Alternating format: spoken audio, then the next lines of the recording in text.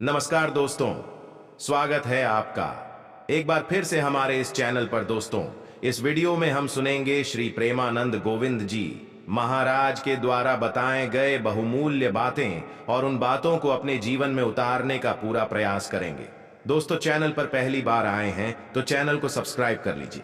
Video देखने के बाद अच्छी लगे तो लाइक करके कमेंट में राधे राधे लिखना ना भूलिएगा।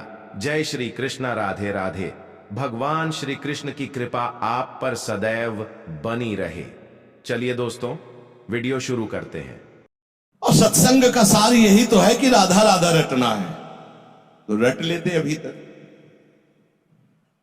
ये मन बुद्धि धोखेबाज तुम्हें फिर धोखा दे रहे हैं, फिर तुम्हारा पतन होगा, क्योंकि वो तुम्हें ऐसे संस्कारों से पहले बांधे हुए हैं।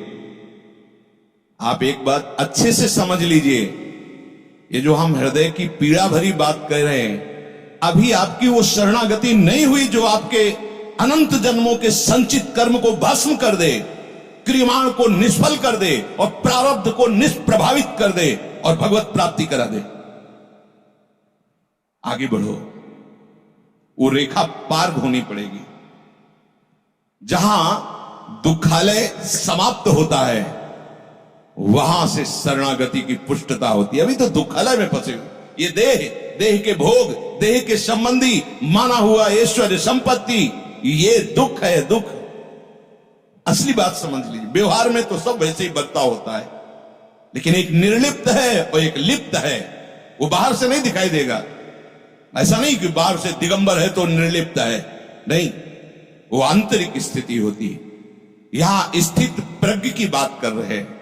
सर्व कामान, समस्त कामना प्रजाति त्याग कर दिया है। कोई ऐसी वस्तु मिल गई है जिसके मिलने के बाद अब कोई जरूरत नहीं रहती। मान जाओ, अभी वो शरणागति नहीं आई है जो कटे कर्म बंधन संसारी, पड़े हैं तो पड़े हैं, खड़े हैं तो खड़े हैं। जैसी स्थिति है, ठाड़े बैठे परे उताना, कबीर कायम राय ठिकाना नहीं है। स्वीकार करो हृदय में और आगे बढ़ो।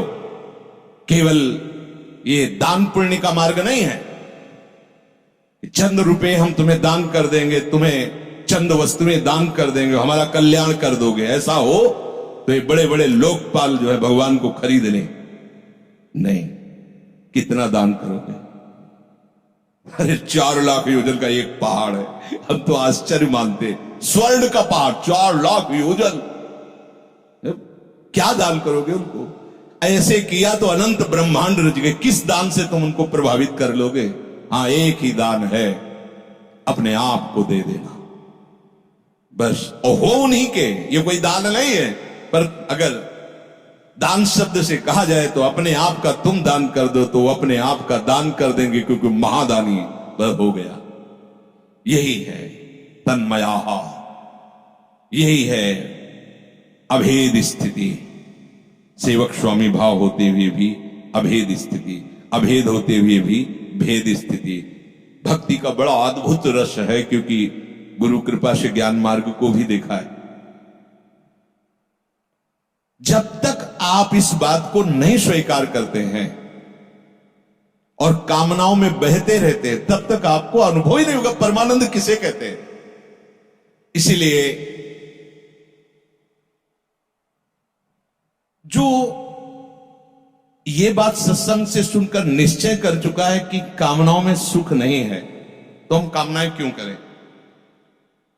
अगर ऐसा निश्चय न करो तो तुम दुख की कामना करते हो क्या? तुम्हें दुख भरपूर मिलता है ना, तो ऐसे ही सुख भी घेर लेगा जो प्रारब्ध में है। तुम्हें उसके लिए कामना करने की जरूरत नहीं है। और कामना से ही सब होता तो पूरा विश्व कामना कर रहा है, वो सुखी हो जाता।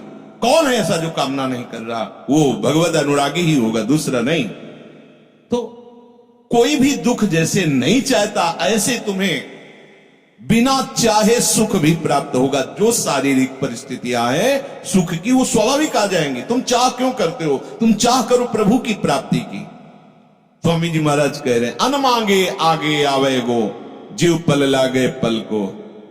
बिना किसी इच्छा के जैसे हमारी पलकें चलती रहती है, ऐसे ही ये ऐश्वर्य, ये भोग सामग्री जो प्रारब्ध में है, जो प्रभु ने निश्चय, वो आ जाएगी। आप निर्लिप्त रहिए, आप आशा मत रखिए, आप कामना मत करिए, तभी आपकी बुद्धि प्रभु में स्थित होगी।